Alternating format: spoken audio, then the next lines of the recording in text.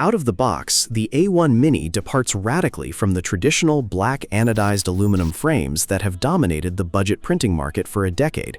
It weighs exactly 12.1 pounds, making it remarkably easy to move around a workspace.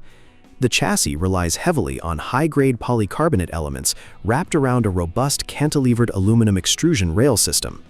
It lacks the fully enclosed industrial sheet metal feel of a Creality K1 SE, but criticizing the open-frame cantilever design entirely misses the point.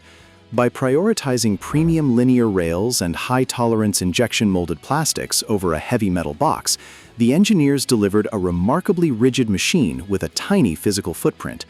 The toolhead features an intuitive status LED and a custom quick-swap hot-end mechanism that allows you to change nozzles in under 30 seconds without touching a single tool. Every cable is meticulously routed through integrated injection-molded clips, eliminating the messy ribbon cables that traditionally snag on moving components.